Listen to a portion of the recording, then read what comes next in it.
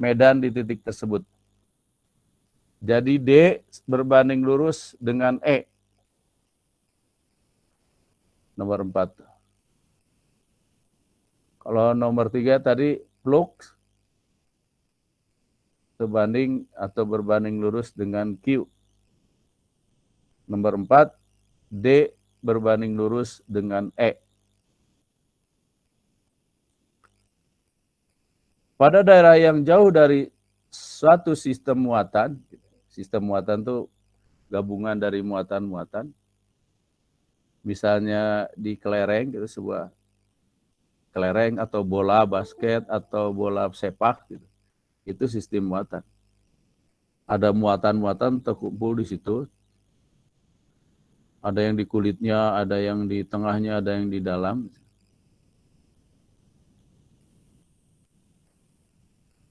Garis-garis medan berjarak sama dan radial seperti layaknya garis medan yang keluar dari suatu muatan tunggal.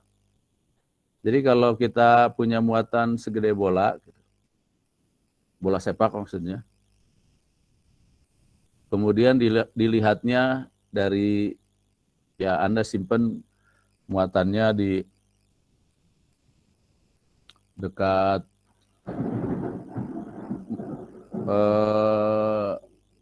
Masjid Al-Furqon gitu ya, bolanya. Sistem muatannya di dekat Masjid Al-Furqon di menara tempat azan. Kalau dilihat dari tempat yang jauh, dilihat dari parter, dilihat dari yang radiusnya sama dengan parter, ya ke atas, ke pinggir. Maka muatan itu, garis gaya itu seolah-olah keluar dari satu garis. Keluar dari satu titik, arah radial. Berbeda kalau Anda lihatnya dari jarak setengah meter, dari jarak 1 meter, maka beda gitu ya. Kebayang kan? Dari muatan yang satu ke arah titik itu, seolah-olah itu muatan-muatan gabungan dari beberapa muatan titik gitu, kalau dilihat dari jarak dekat. Tapi kalau jaraknya sangat jauh, keseluruhan sistem itu mempunyai jarak yang sama dari jarak jauh itu, seperti kulit bola. Sebab perbedaannya sangat sedikit. Ya, perbedaan jarak dari kulit bola yang bersebelahan dengan yang sebelahan. Padahal kalau diukur ada bedanya jaraknya ke jarak yang jauh itu, tapi perbedaannya diabaikan. Tidak ada garis gaya medan listrik yang berpotongan. Ya, ini tidak. Jadi itu beberapa teori. Nah, kesimpulan dari teori itu yang pertama, satu garis gaya menggambarkan satu muatan. Kemudian E berbanding lurus dengan D, flux berbanding lurus dengan Q, flux listrik ya, dan neto muatan dalam permukaan tertutup sama dengan neto garis gaya. Bisa menyebutkan kesimpulannya? Yang pertama, D berbanding lurus dengan E. D itu kerapatan muatan listrik. E itu medan listrik. Yang kedua, flux itu berbanding dengan Q, muatan, flux listrik sama dengan muatan listrik. Yang ketiga, satu garis gaya menggambarkan satu muatan. Yang keempat, dari permukaan tertutup, neto muatan sama dengan neto garis gaya. Ada yang berani menyebutkan kesimpulan itu? Boleh diacak ya kesimpulannya. Yang penting intinya sama ya. Itu yang mau dipakai kita dalam dasar ngitung sekarang.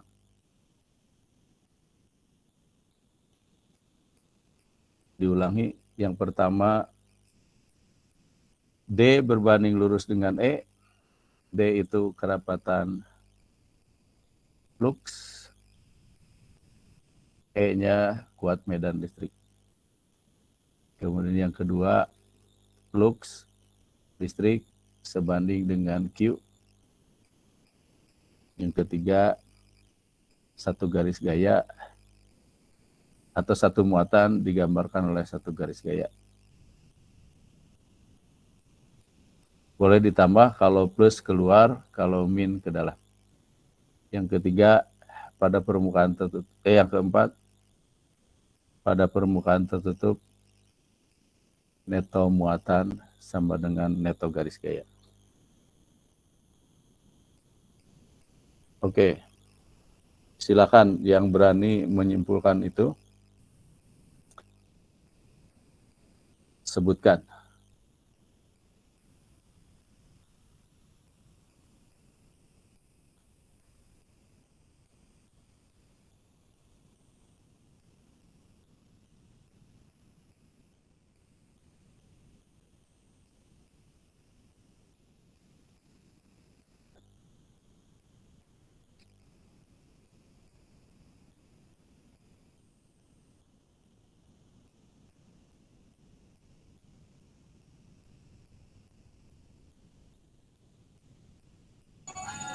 Pak izin saya mau menyebutkan Pak untuk Oke, kesimpulannya. good. Untuk kesimpulannya itu sendiri D berbanding lurus dengan E atau bisa disebut D sama dengan E. Untuk D diketahui kerapatan flux, untuk E sama dengan kuat medan. Yang kedua, flux berbanding lurus dengan Q. Flux sama dengan Q. Kemudian yang ketiga, satu garis gaya menggambarkan satu muatan atau satu muatan digambarkan satu garis gaya. Dengan diketahui plus keluar, min ke dalam. Dan yang terakhir, yang keempat, pada permukaan tertutup, neto muatan sama dengan neto garis gaya. Bagus, sangat bagus. Sedikit di koreksi yang pertama ya, yang pertama itu tidak persis sama dengan E berbanding lurus dengan D. Jadi cukup gitu aja. Karena nanti D itu sama dengan epsilon kali E. Kalau yang kedua, Q sama dengan flux benar. Yang pertama pernyataannya udah benar. D berbanding lurus dengan E, tetapi tidak persis sama dengan, karena ada konstanta yang ada yang sangat luar biasa, bagus ya. Boleh dicatat sama yang lain. Dari saudara Humas, nggak ada namanya. Humas Wira.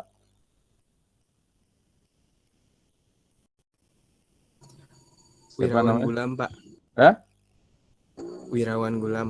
Oh, Wirawan. Ya, terima kasih Wirawan Gulam. Barokallah. Sebentar, Bapak nggak balas dulu WA yang harus dibalas sekarang.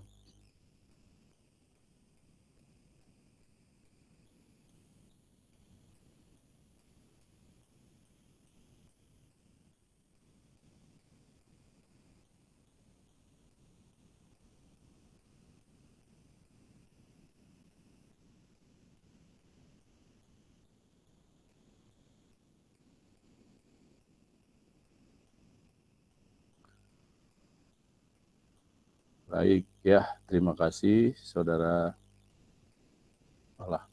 Gulam Wirawan. Izin bertanya, Pak. Ya, silakan. Tadi kan D itu sama dengan kerapatan flux. Terus flux listrik sebanding dengan Q. Apa ada bedanya, Pak? Yang D kerapatan flux sama flux listrik. Iya. Bagus, pertanyaannya bagus. Flux listrik itu jumlah seluruh garis gaya yang menembus permukaan. Itu namanya flux. Kerapatan flux persatuan luas. Kerapatan flux persatuan luas. Sedangkan flux jumlah garis gaya yang menembus permukaan. Ya, itu bedanya. Jadi misalnya kerapatannya 1000 per meter kuadrat. Ya, fluksnya pada luas 1 cm kubik, maka 1000 kali, misalnya 10 cm kubik kali 10 kali 10 pangkat minus 4. Itu fluksnya. Ya, kalau sama-sama antara D dan E itu saling tegak lurus. Itu jawabannya. Nanti akan kelihatan sambil kita melihat penjelasan yang lain. Itu, Jiana. Paham nggak? Ya, paham Pak. Baik Pak, terima kasih Pak. Iya, sama-sama.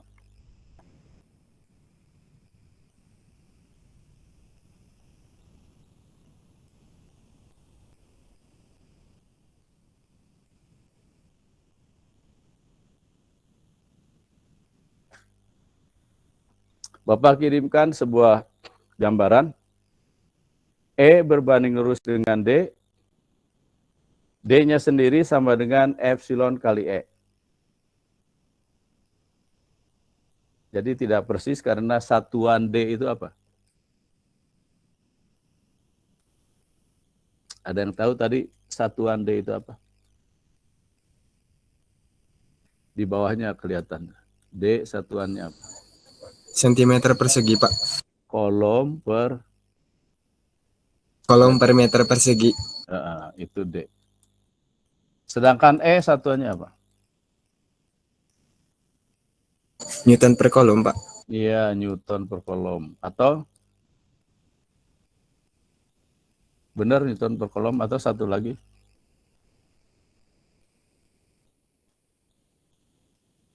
Boleh Newton per kolom, boleh.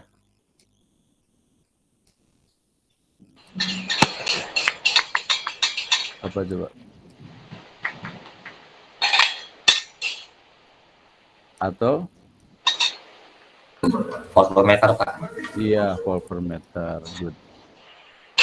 Nah, sehingga di situ perlu ada konstanta pembanding antara D dan E. Makanya tadi jawabannya benar yang menyimpulkan tadi, saudara Kode. Ya, saudara masuk kita yang cerdas tadi. Humas tadi yang tulisannya Humas.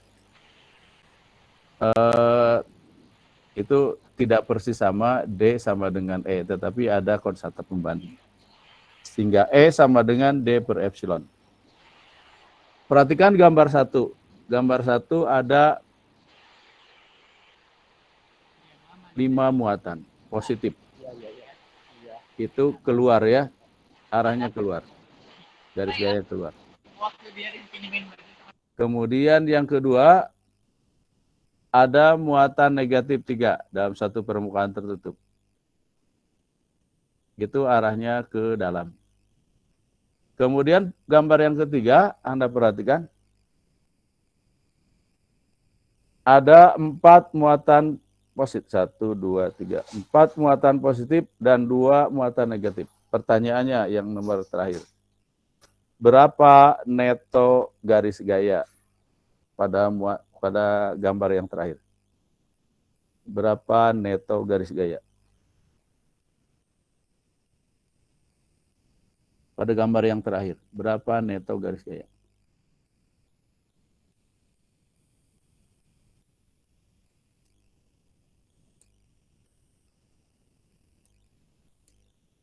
Halo? Ayo dicoba dijawab. Berapa neto garis gaya? Itu ada 4 garis gaya keluar dan 2 masuk. Berapa neto garis gaya? Ini penting untuk menjelaskan hukum Gauss. Tadi ada yang menyimpulkan, ya kesimpulan yang 3 itu kalau mengerti terhadap kesimpulan itu, ini bisa menjawab. Berapa neto garis gaya pada gambar terakhir?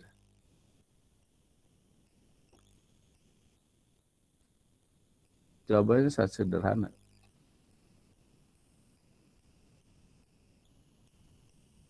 Halo, Kamarana.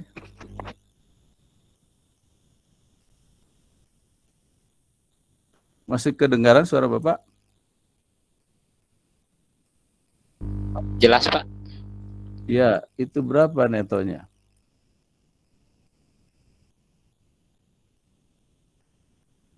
Neto garis gayanya berapa? Pada gambar yang terakhir, yang paling pojok bawah.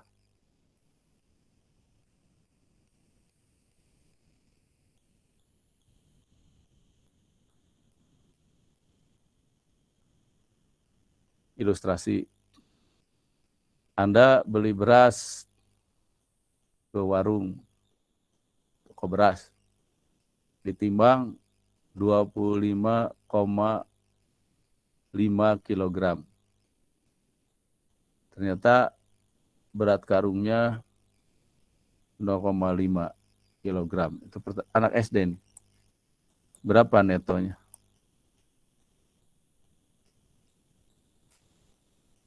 Yang sudah pernah sekolah SD, pasti bisa.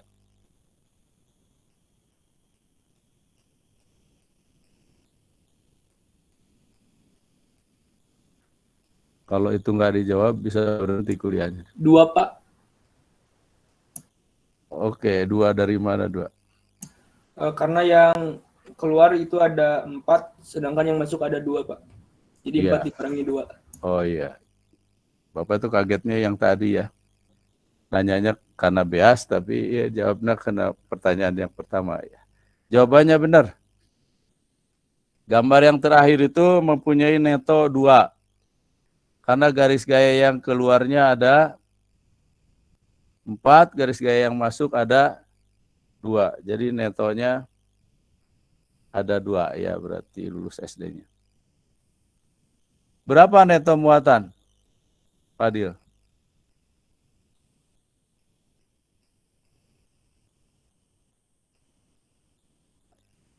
Neto 2, Pak. muatannya berapa? Ya? 2, Pak. Ya, dari mana 2? Yang masuknya itu ada 2, kemudian yang keluarnya ada 4, jadi 4 dikurangi 2. Bukan muatannya. Tadi garis Oh. gayanya udah benar 2. Oh iya, Pak. Muatannya netonya berapa?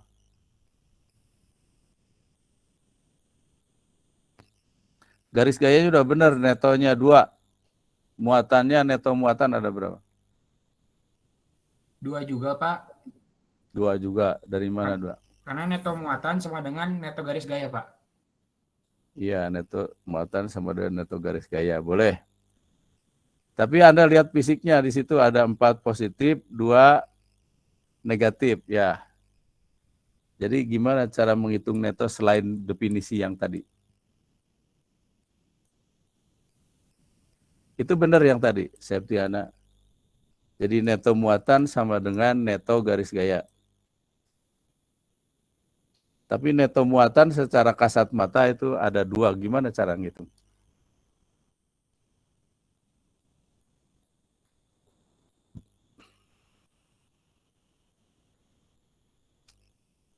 Halo? Kok lama banget? Pertanyaan SD soalnya.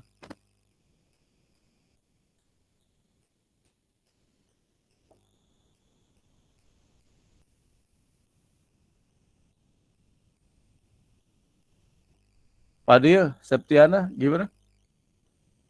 Neto muatannya ada 2, tadi udah benar. Dilihat dari neto garis gaya sama dengan neto muatan. Coba dilihat dari sisi yang lain gimana? Kenapa 2?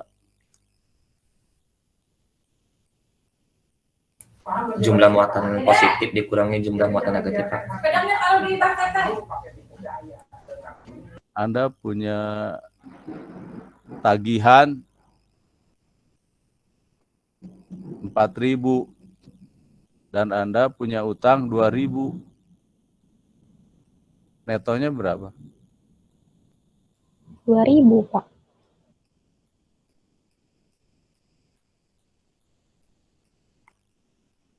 Bisa tidak dilanjutkan nih kuliah kalau itu tidak dijawab.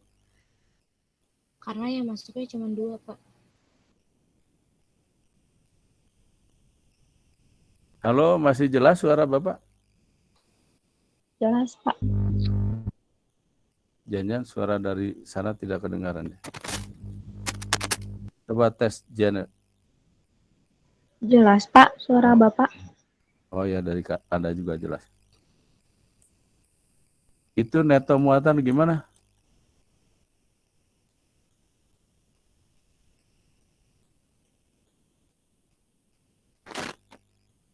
Pak, mau nyoba jawab untuk Ya, neto stop. muatannya 2.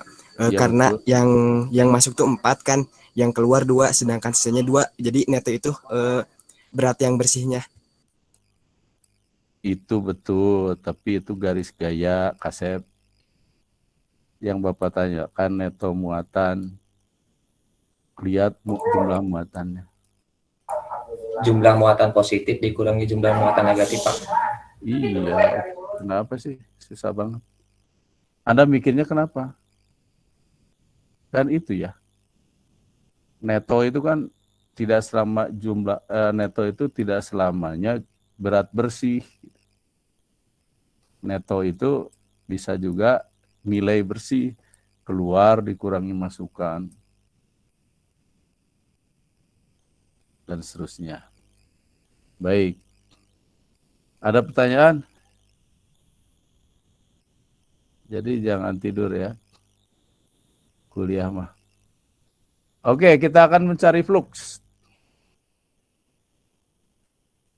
Nah, Anda bisa melihat dari sini nih. Yang kerapatan itu jumlah persatuan luas tadi Jane. Nah ini.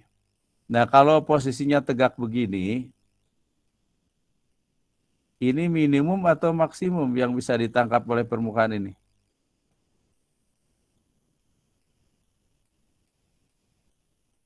Kalau posisinya begini, ini jumlah yang bisa ditangkap itu minimum atau maksimum?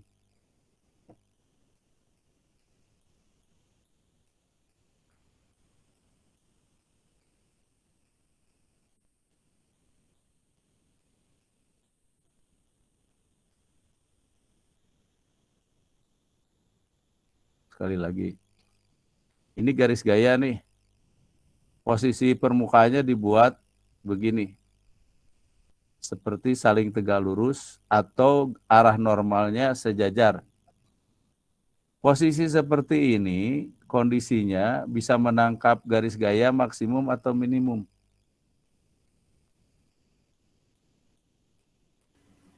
Maksimum, Pak. Maksimum, Maksimum, Pak. iya betul. Kalau ininya ditidurkan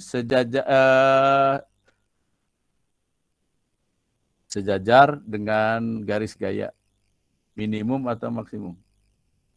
Minimum, Pak. Ya, minimum. Kita lihat yang posisi begini ini, kalau dilihat dari arah garis gaya dan permukaan seolah-olah tegak lurus, saling tegak lurus. Kalau dilihat dari arah normal, ini adalah D sama dengan arah normal N. Nah, sedangkan flux adalah D dot S. D dot S. Kondisi seperti ini, antara N dengan D sudutnya berapa tadi? Kalau sejajar sudutnya berapa?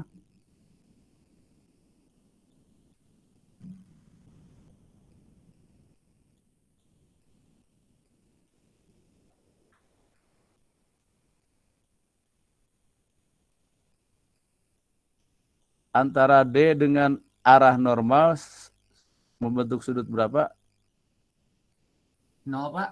Ya, 0.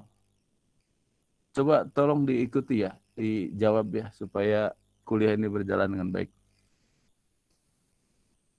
Coba kalikan D dot S. Definisinya dot produk apa?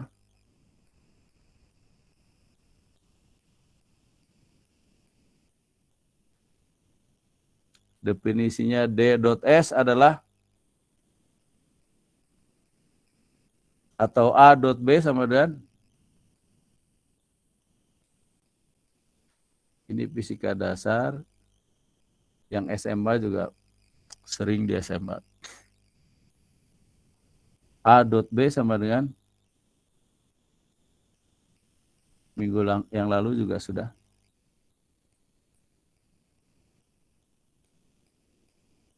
A dot B sama dengan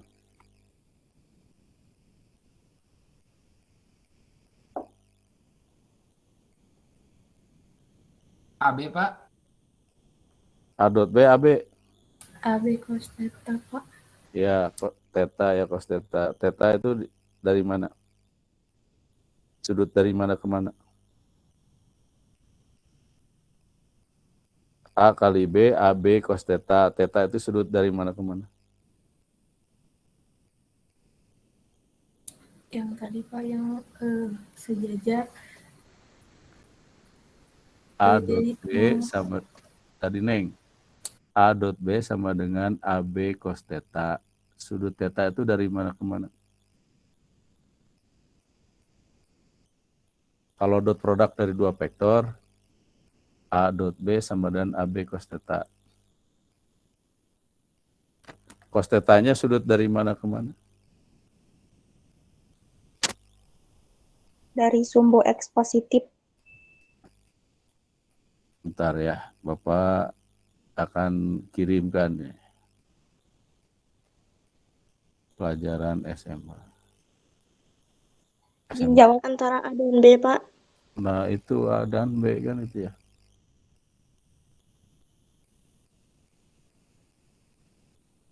Iya.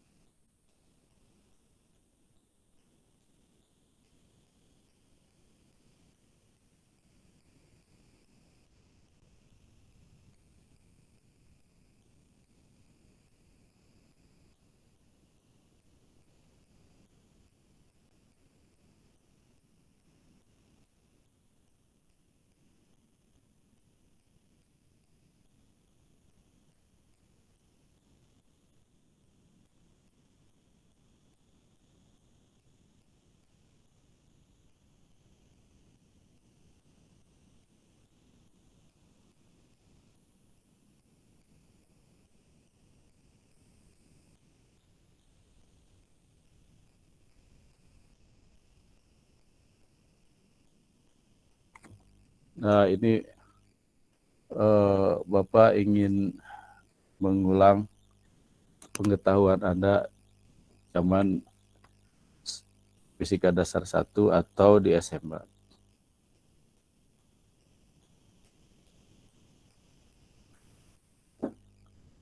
Sebab nanti akan kepakai di bawah.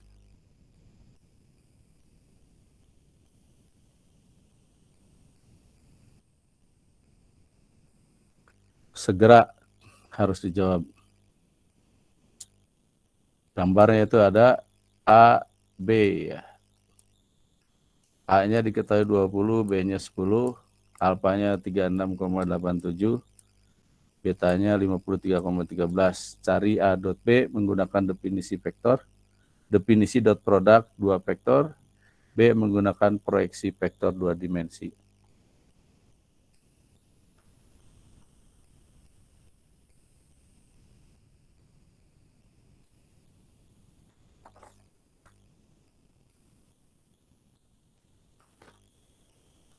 Soalnya Bapak juga ngajar fisika dasar juga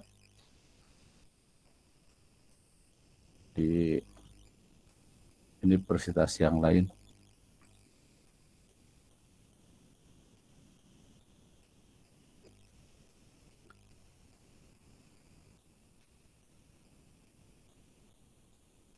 Ini harus bisa dalam waktu singkat.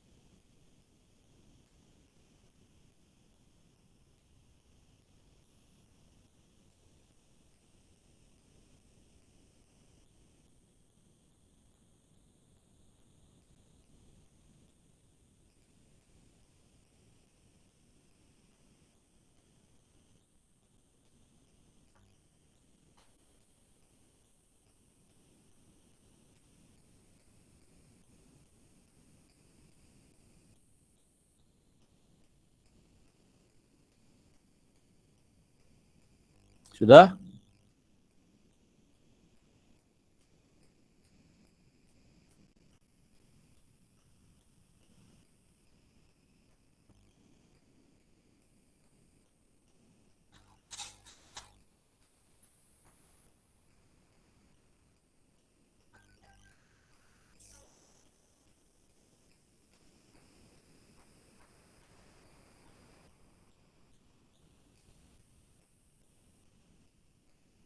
Empat puluh bukan, Pak?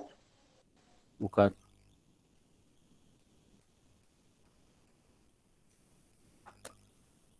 Rokok. Bukan, berarti ada yang salah.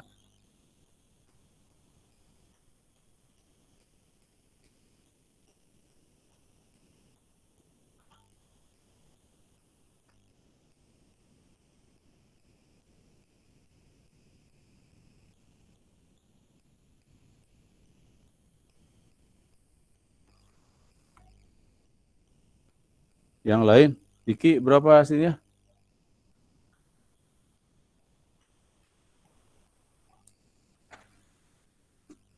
Krisna,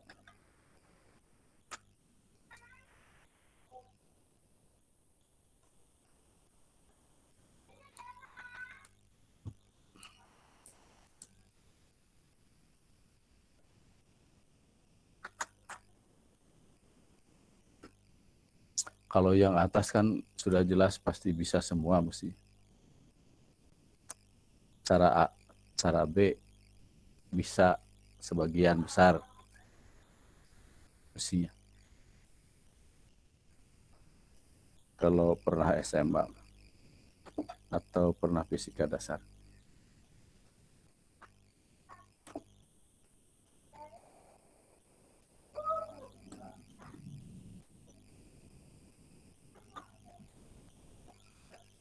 Halo, aduh, gimana ini?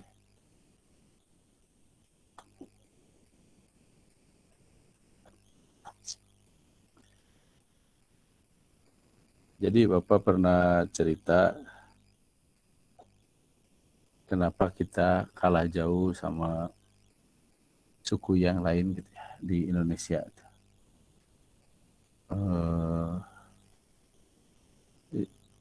Jadi dari awal tahun 45 itu negara ini milik bangsa kita. Kemudian yang berjuang itu orang-orang tua kita, nenek moyang kita. Tapi dari tahun 90 ke sini sudah semakin kelihatan jadi milik orang lain. Orang-orang kita terpinggirkan. Kesalahannya ada di kita. Etos kerja orang-orang China itu sangat luar biasa. Baik dari sisi yang ekonomi, ada di olahraga, ada di sekolah gitu ya. Etos kerjanya sangat luar biasa. Sehingga yang dulu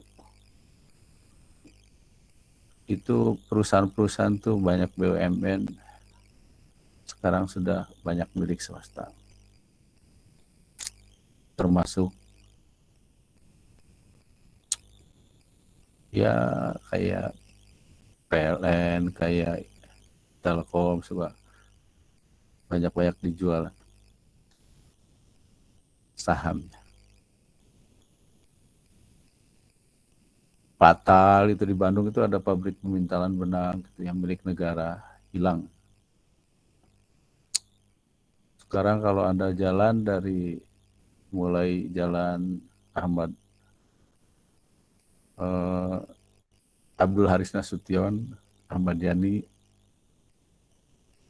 kemudian sampai ke Asia Afrika, ke Ciberem, atau Setiabudi, Cipaganti, di setiap kota besar itu tanah-tanahnya sudah bukan milik orang-orang kita. Industrinya sudah bukan milik orang kita. lulusan sarjana nanti bekerjanya di mereka. Kecuali yang guru ya. Kenapa demikian? Karena etos kerja mereka itu kuat. Dan kerjasamanya kuat.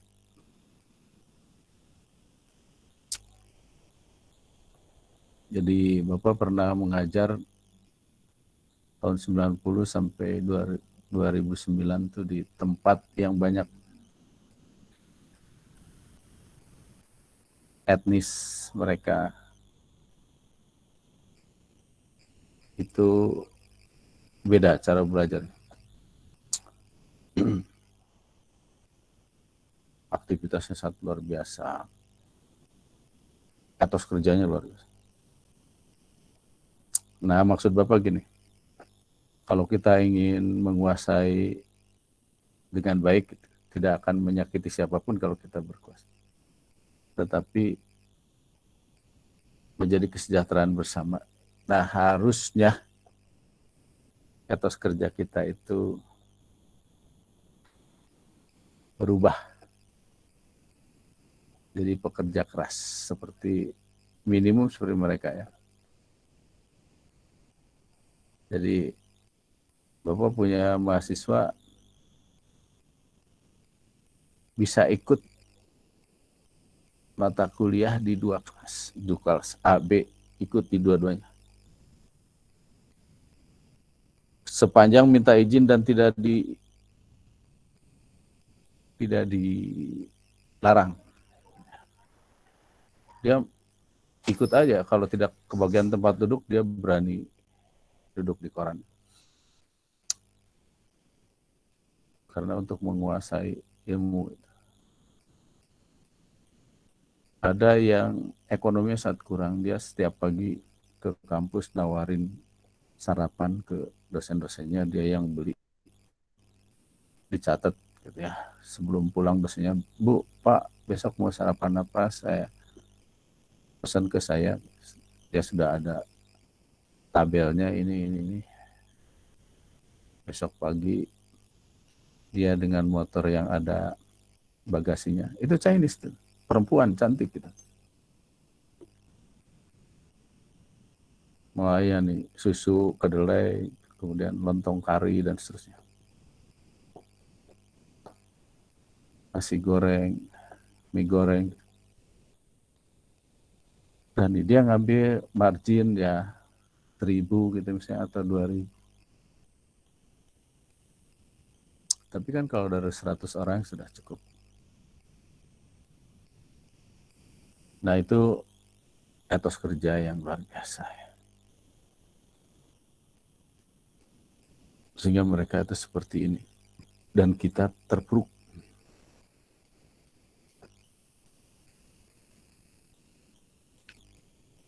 Bapak itu mempromosikan ini tidak hanya di kelas ini, di kelas-kelas yang lain. Karena kebetulan mengajar semester ini sangat banyak. Tidak hanya di UPI. Supaya kita berubah pikiran menjadi orang-orang yang mempunyai kegigihan yang kuat.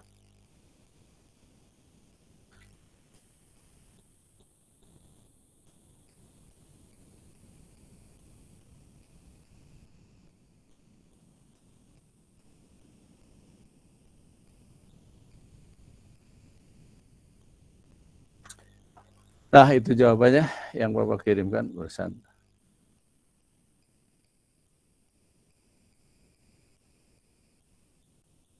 Kalau ada yang mau nanya silakan. Nanti akan kita pakai ya ilmu ini walaupun ilmu dasar banget.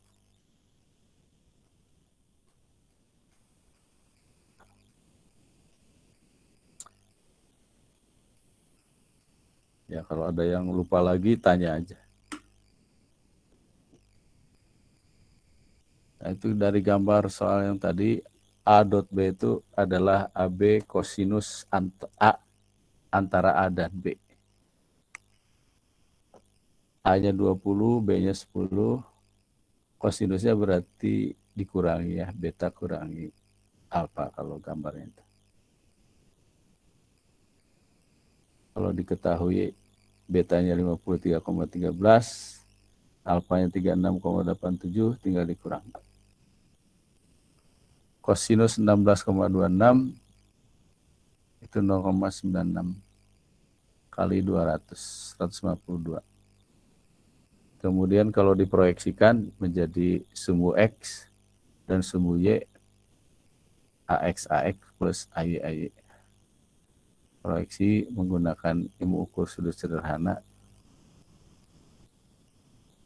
yang mana cos, yang mana sin.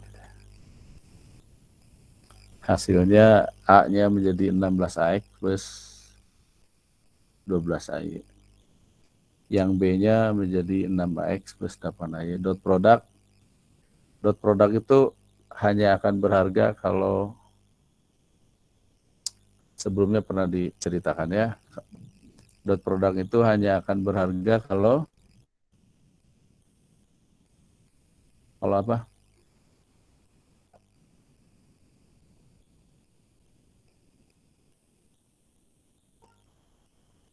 Dot produk antara dua unit vektor akan berharga kalau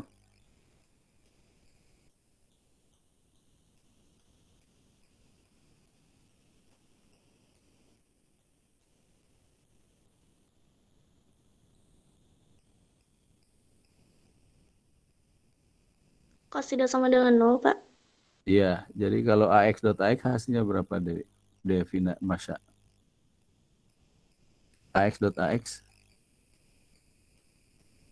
hasilnya berapa?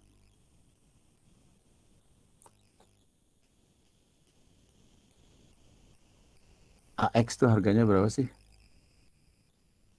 AX, AY, AZ harganya berapa?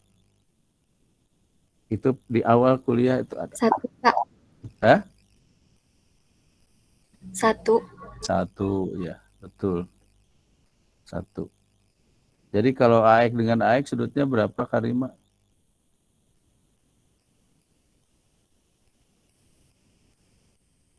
Karima? 0. 0. Jadi kalau 1 kali 1 kosinus 0 berapa? 1, Pak. 1.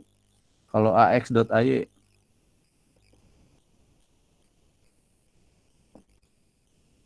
1, Pak. 0, Pak. 0, ya. Kenapa 0, Karima?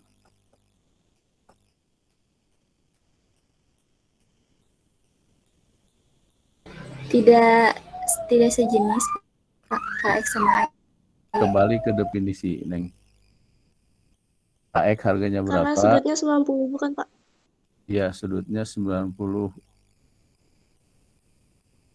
AX dot AY jadi 1 kali 1 kosinus 90. Jangan ditambahan bukan, Pak. 16 AX dot 6 AX. Hasilnya berapa? 16 AX dot 6 AX. Tulisannya dibaca ya yang tadi. Anda pegang itu enggak? Alat tulis.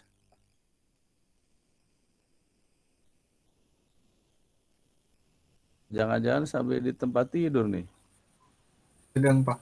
Pegang, ya bagus. 16 AX dot 6 AX hasilnya berapa? 96. 90?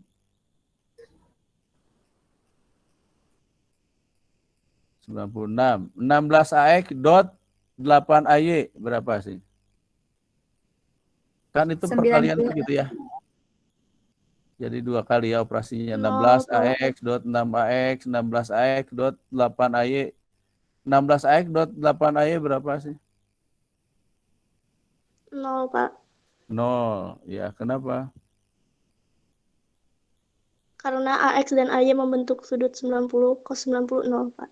Ya, itu yang dimaksudkan. 12 AY dot 6 AX.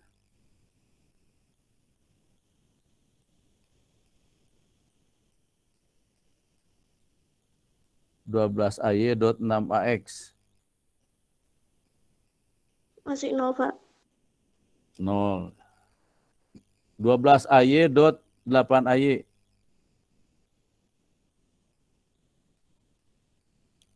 96, Pak. 96. Nah, 9. hasilnya skalar apa vektor? Hasilnya skalar apa vektor?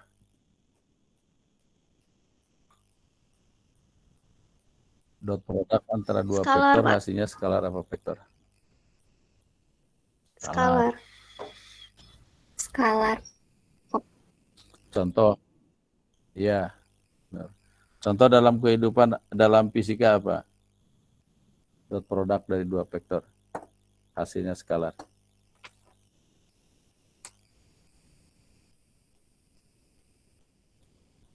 Energi ya, energi itu atau kerja F dot jarak S.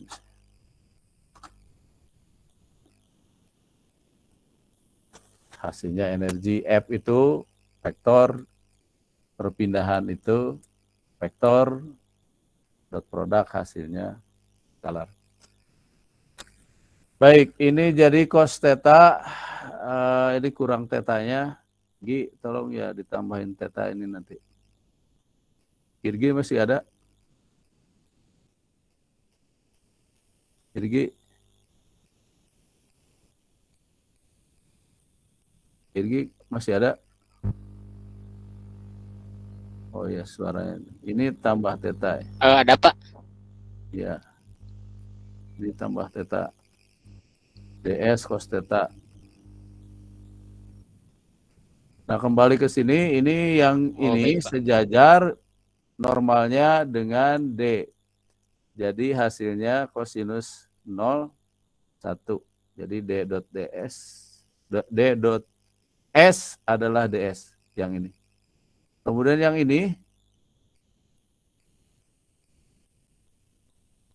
ini antara D dengan normal permukaan ini membentuk sudut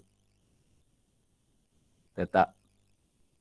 Maka hasil vektor perkaliannya adalah ds cos theta. Nah, yang ini. Nah, sebetulnya S cos theta itu kalau dilihat dari permukaan, ini nih. Ini gambarnya bukan A tapi S. Karena ini S itu surface, kalau A area, itu kalau ini supaya sama antara gambar dengan ini, mestinya ini S aksen, ini S, ini S. Kalau mau yang gambarnya tidak berubah, ininya menjadi D dot A.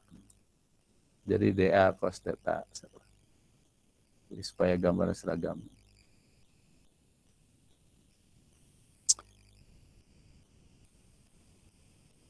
Baik ya. Kalau ini gambar yang sini juga masih belum berubah nih. Nah, di sini gambar yang ini, yang kemarin lupa apa, ini juga gambar.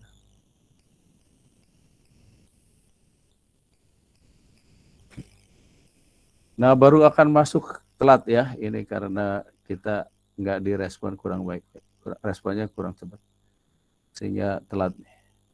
Hukum Gauss.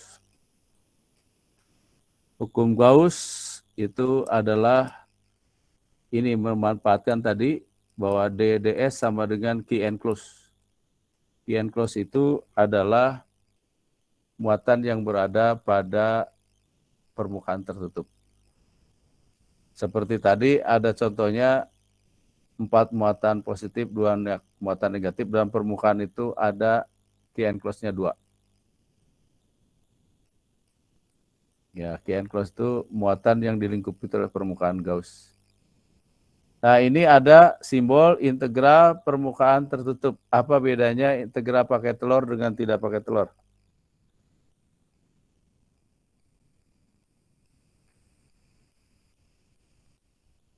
Diki, masih kuliah Diki? Iya, Pak, masih, Pak. Oke. Bedanya pakai telur dengan tidak? Yang pakai telur itu permukaan tertutup, yang nggak pakai telur yang biasa, Pak, integral biasa. Oke, benar. Kalau integral permukaan tertutup gini pada bola akan menjadi berapa integral biasa? 3, Pak. 3 apa saja?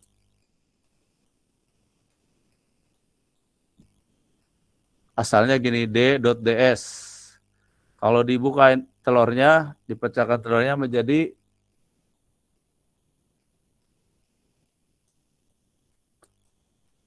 benar jadi 3. Jadi apa aja?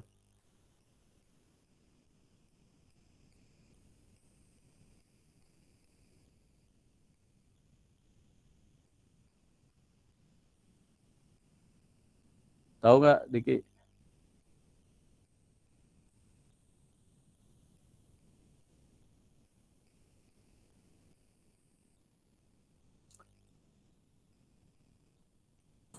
Izin menjawab, Pak. Ya, silahkan. Jadi 3 itu tutup atas, tutup bawah sama selimut, Pak. Iya, jadi kalau d.ds sama dengan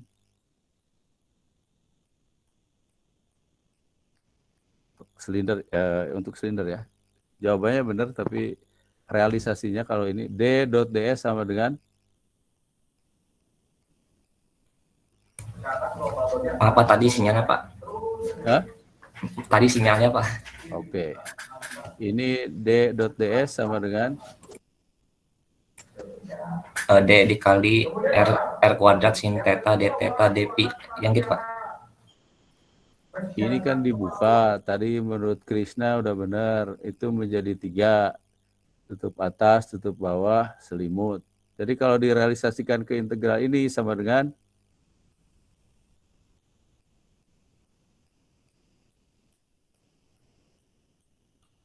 ininya pecah nih telurnya. Jadi 3. Nah, apa saja? Jadi integral tutup atas D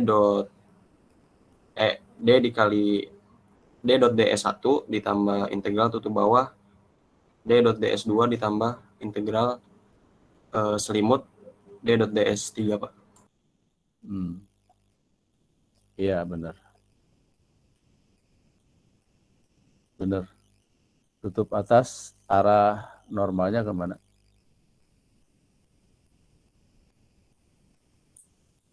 Silinder nih. Tutup atas arah normalnya ke arah AZ positif, Pak. arah AZ positif. Tutup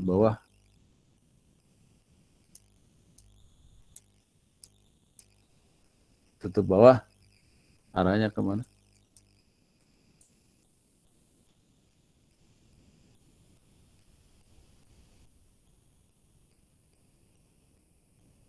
Tutup bawah selimut arahnya kemana? Nah, itu kan awal permulaan ngitung ya. Kalau itunya nggak paham, ya saya menyelesaikan. Karena itu fisiknya harus ngerti dulu. Pengertiannya ngerti.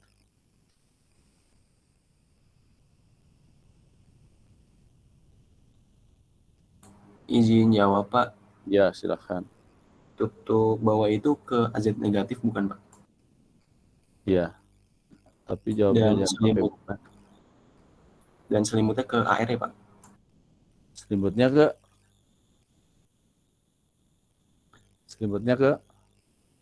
ke AR kalau di silinder. Iya.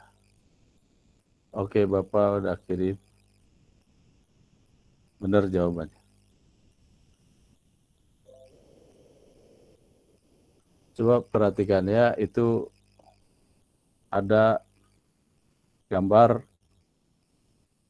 silinder. D-nya belum kita tentukan. Cuma ingin memecahkan dari telur menjadi tidak telur. Itu D.ds1 tutup atas, D.ds2 tutup bawah, D.ds3 selimut. Kemudian yang namanya tutup atas itu AZ. Unsur DS-nya adalah RDVDR. Ya, Anda sudah pernah tahu lah itu dulu. Kemudian yang kedua, tutup bawah bedanya hanya dengan tutup atas, bedanya hanya arah ya. Ini min AZ RDVDR. Kemudian yang selimut arahnya AR. Unsur atau elemen luasnya adalah RDVDZ. Nah, ini tadi Bapak menemukan mahasiswi yang menjawab brilian di kelas pagi. Untuk bola ya, untuk kartesian. Dia menyebutkan ada berapa ini kalau dipecah 6.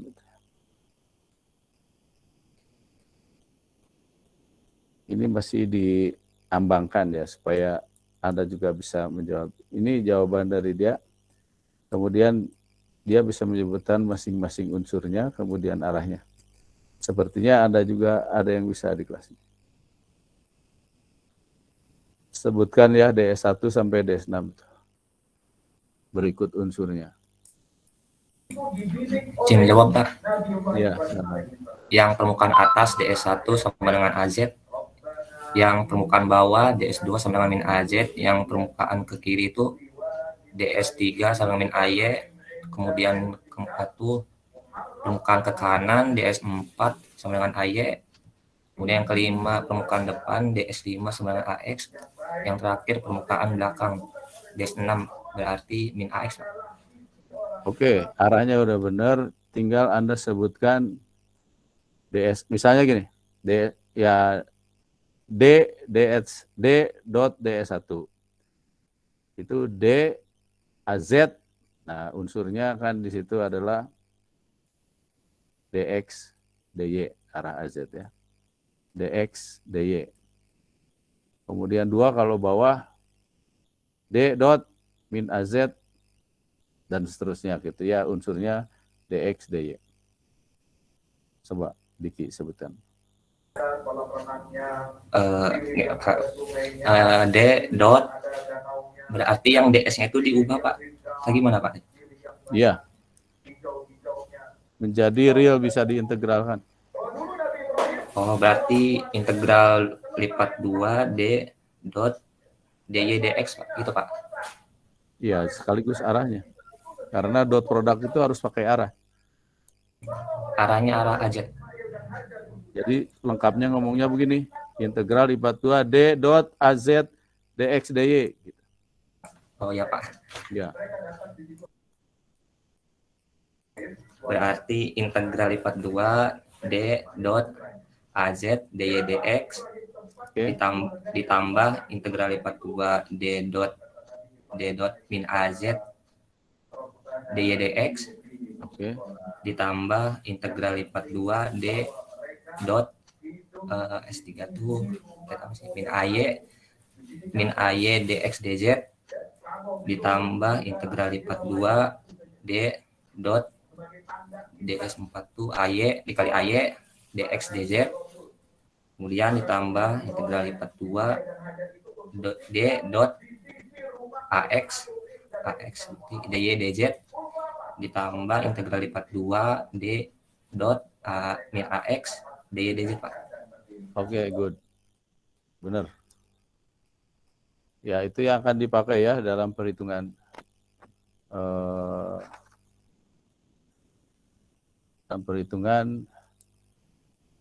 Gauss ya. Kalau bola, integral permukaan tertutup bola D dot DS akan menjadi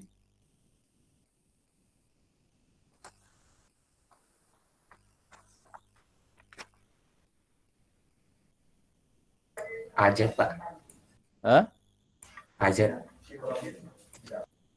Coba dipikirkan dulu. D dot DS bola nih. Akan menjadi setelah dihilangin telurnya menjadi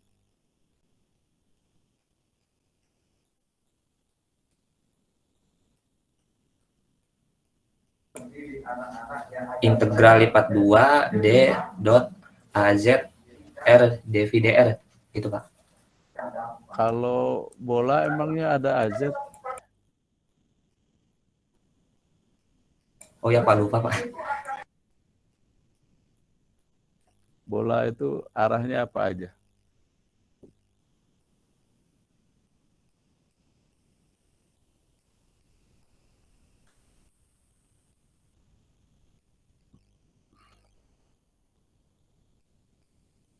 Ada yang tahu arah bola itu apa aja? Kalau Kartesian kan tadi sudah sebutkan AX, AY, AZ. Kalau silinder AZ, AR, dan ada satu lagi AV. Kalau bola arahnya apa aja? Arah AR, arah theta, arah api, Pak. Ya, AR, Atheta, AV. Jadi integral yang benar, integral permukaan tertutup D dot DS akan menjadi, kalau sudah dibuka telurnya,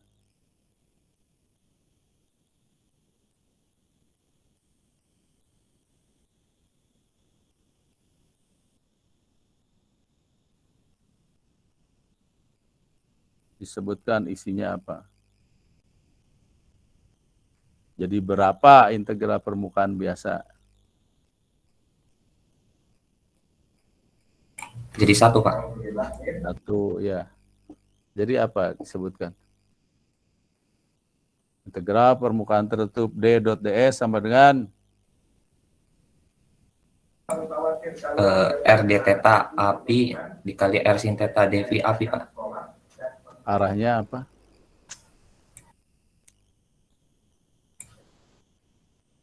Arah permukaan bola.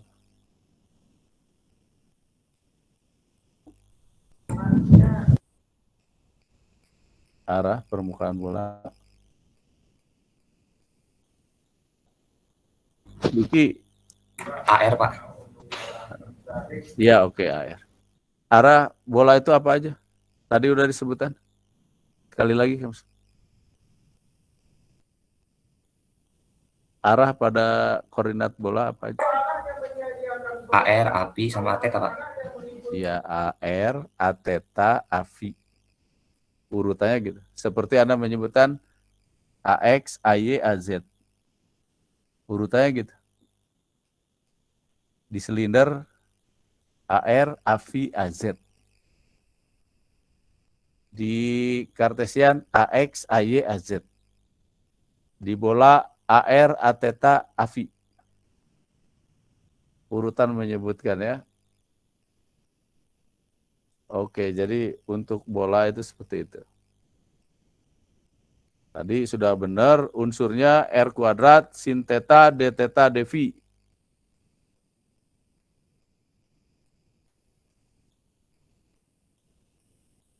Nah, jadi ini yang Anda sebutkan barusan. Untuk bola. Ini tadi.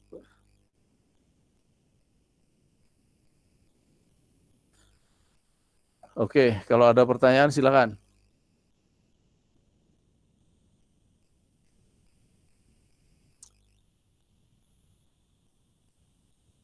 Nah, kita akan melihat pemanfaatannya di sini dulu. Ini ada muatan di pusat di sebuah titik. Kemudian kita ingin melihat D dan E-nya di jarak R. Pertama ditutupi dulu. Karena jaraknya R kemana-mana, ini hanya mungkin bentuknya bola ya, karena ini bentuk titik. Yang jaraknya sama kemana-mana, ke permukaan, itu hanya mungkin berbentuk permukaan bola. Nah, sehingga dalil Gauss-nya, integral DDS sama dengan Q enclosed. Nah, ini telurnya sudah pecah ya. Arusnya sudah pecah. Ini kebanyakan telur. Bisul nanti. Nah, arahnya kenapa di sini arah ARD? Gitu. Karena ini muatan titik tadi arahnya ke segala arah menuju ke tahingga. Samanya dengan arah AR. Nah, ini pentingnya gitu. Pertama pentingnya ini menutupi permukaan muatan yang simetri. Jaraknya sesuai dengan keinginan yang kita mengetahui medannya pada jarak itu ya. Di sini R kemana-mana. Maka bentuknya yang menutupi muatan itu hanya bentuknya bola ya. Untuk muatan titik ya. Untuk muatan yang lain beda lagi. Arahnya kalau dilihat dari bola hanya ada 3 kemungkinan. AR, ATTA, AVI. Nah ini kan ke segala arah. Ke atas, ke bawah, ke depan, ke belakang, samping kiri, samping kanan adalah arahnya AR. Jadi ini ARD sekali lagi nih sudah pecah telurnya. Kemudian ini adalah unsurnya yang tadi Saudara Diki sebutkan. AR, R kuadrat, sin theta, D theta, dV. Nah kemudian Bapak tidak menyelesaikan integral ini karena sudah berkali-kali R kuadrat, nanti dari integral sin theta jadi min cos theta, batasnya dari 0 sampai 180, kemudian dV menjadi V dari 0 sampai 2pi, sedangkan AR dot AR itu 1, ya maka kita akan ketemu muatan yang ada di Q enclose-nya hanya ada Q, jadi ini Q sama dengan D dot DS, karena muatannya hanya ada Q di dalam. Q itu muatan yang dilingkupi oleh permukaan ini, yaitu Q. Sebesar Q. Jadi hasilnya D kali DS atau D dot DS ya, tepatnya. Itu menghasilkan D kali 4pi R kuadrat. Ini.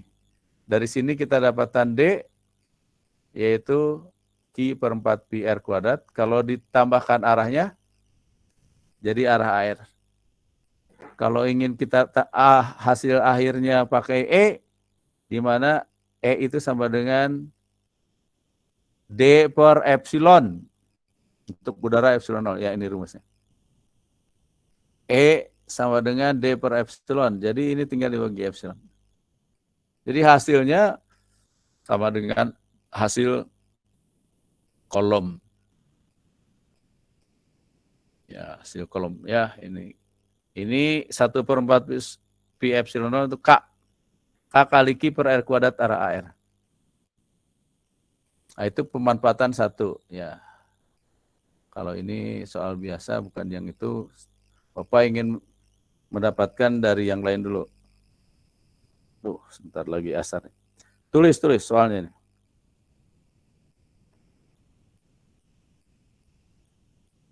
Silahkan siapkan alat tulisnya, tulis ya. Diketahui muatan listrik berbentuk garis dengan kerapatan homogen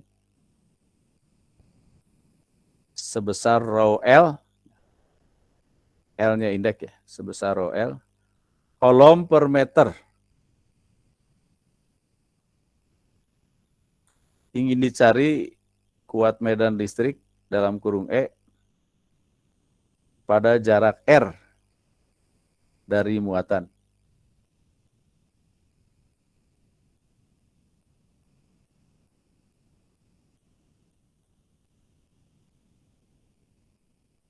Jika diketahui panjang muatan tersebut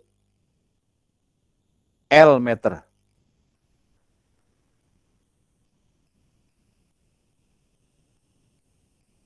gunakan hukum Gauss. Hukum Gauss itu tadi integral pakai telur D dot DS sama dengan Q enclose.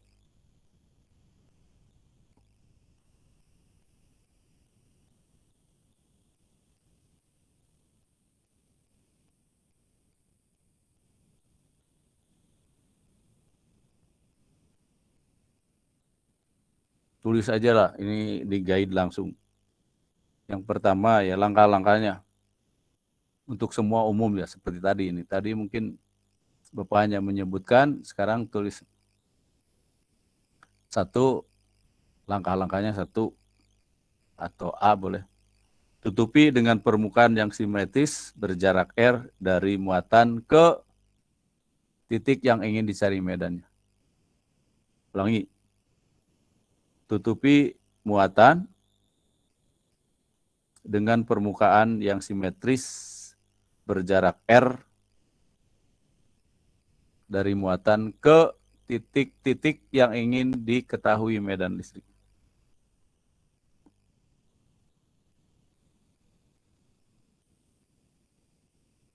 Dua, gunakan sistem koordinat yang sesuai.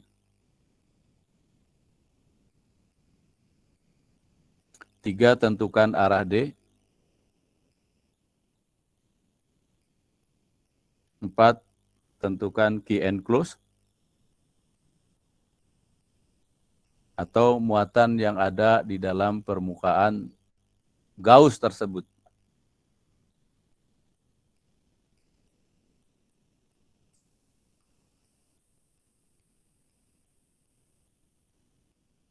Karena waktunya hampir habis, jadi Bapak kasihkan jawabannya.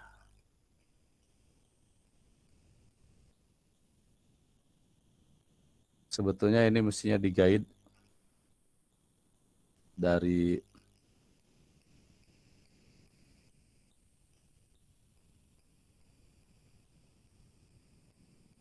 ya, Anda tulis kembali ya, karena ada yang sudah ditulis, ada yang tidak tertulis di sini. Anda tulis kembali. Ini hasil coret-coret tadi pagi.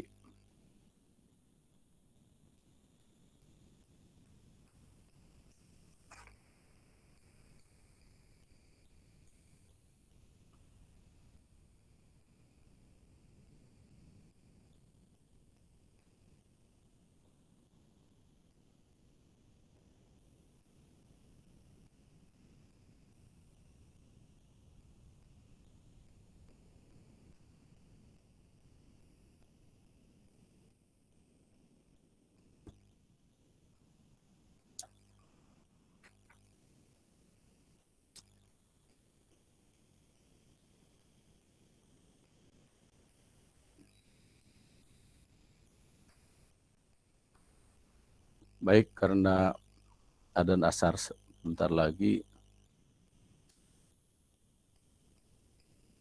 ini belum selesai contoh-contohnya. Mungkin di kelas tadi lebih banyak karena Bapak malah tadi ngajarnya hampir 3 jam. Ya, mudah-mudahan bisa dilanjutkan di kesempatan yang lain. Anda boleh membaca dari literatur yang lain untuk mencari medan listrik di sekitar.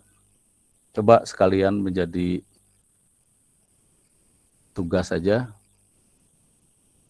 Carilah medan listrik di sekitar lempeng dengan kerapatan rho S, kolom per meter kuadrat, gunakan hukum Gauss. Coba tolong baca soalnya, yang tugas barusan.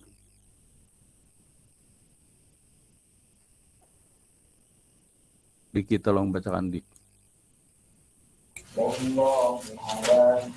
Cari medan listrik di sekitar lempeng rho S dengan menggunakan hukum Gauss, Pak.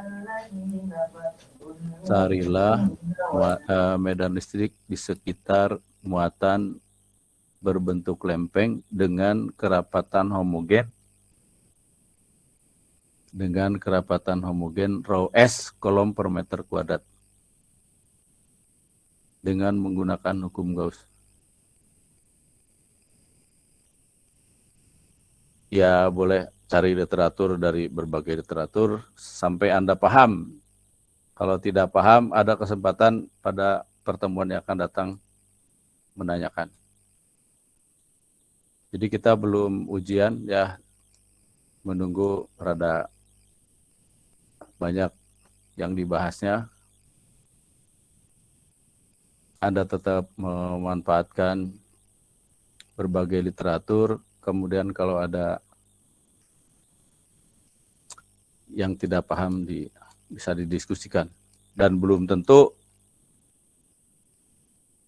terjawab semua. Itu biasa dalam ilmu itu.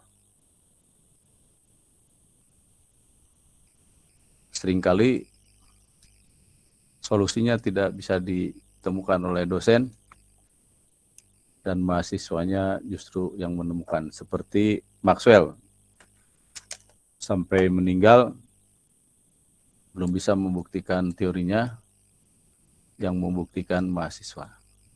Nah, kita belajar dari orang-orang yang serius seperti itu dalam mencari ilmu apapun, terutama ilmu untuk kebutuhan akhirat ya, yang konsentrasinya harus lebih besar daripada ini.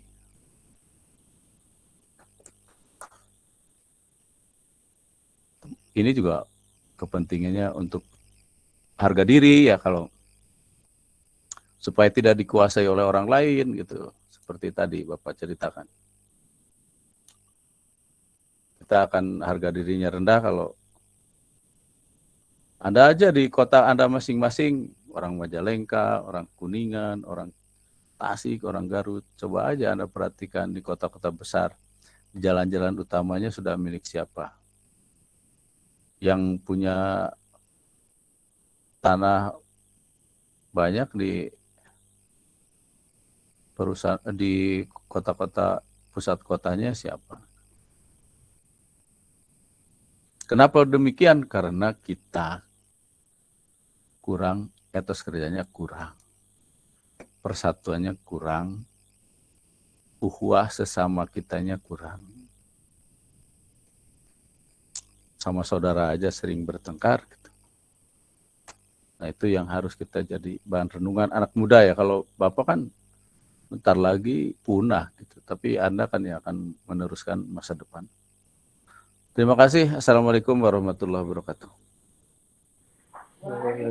Waalaikumsalam warahmatullahi wabarakatuh. Terima kasih Pak. Sehat selalu Bapak. Ya, barokallah, yang berterima kasih mudah-mudahan dimudahkan ilmunya.